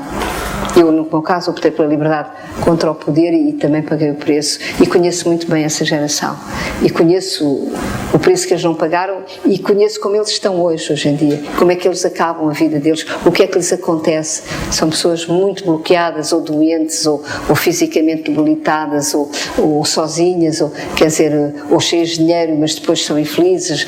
As pessoas não encontraram o caminho, porque Urano é que é o caminho, e são pessoas que depois também não sabem dialogar com as jovens gerações que já não têm aqueles aspectos. Portanto, não percebem porque é que os filhos são irreverentes ou porque é que os filhos querem outras coisas. Há chamados conflitos de geração porque os filhos têm uma outra noção de liberdade, uma outra noção de poder que não se coaduna com aquela noção de poder e de liberdade daquela geração. Não é? A menos que há sempre pessoas que saem do comum dessa geração, não é? E essas pessoas, que é o meu caso, e graças a Deus não sou sozinha, há muita gente pelo mundo, se calhar todos os astrólogos da minha idade do mundo lhes aconteceu isso, não é? E não só os astrólogos, pessoas espirituais que fizeram processos interiores da minha idade, são pessoas que têm capacidade exatamente de fazer a ponte entre os jovens de hoje e o tempo do passado. Fazem a ponte porque elas abriram para a dimensão correta da vida e podem ser elementos de transição geracional. Agora, os que não abriram não têm como fazer transições porque eles não fluíram no sentido da mudança e da compreensão da vida e do mundo. Então acabam mal, acabam infelizes, incompreendidos ou agarrados aos seus esquemas com a vida. Eu vejo as pessoas aí com a vida a arrebentar para as costuras e eles ainda a querer agarrar-se ao que era e a julgar que tudo vai ser como antes. Não vai ser como antes. Bom, não vamos ficar com esta frase que é triste, vamos ficar ao contrário. Não vai ser como antes, no sentido da palavra. Ou seja, as coisas estão a mudar e nós estamos todos aqui a perceber que estão a mudar e a mudar para melhor. E que é preciso pagar um preço, cada um paga o seu, de acordo com o seu karma, de acordo com o seu nível de consciência, de acordo com a sua abertura, de acordo com a sua evolução. E viver é isso, e ainda bem que nós temos uma linguagem sagrada e dinâmica para nos ensinar. Muito obrigada.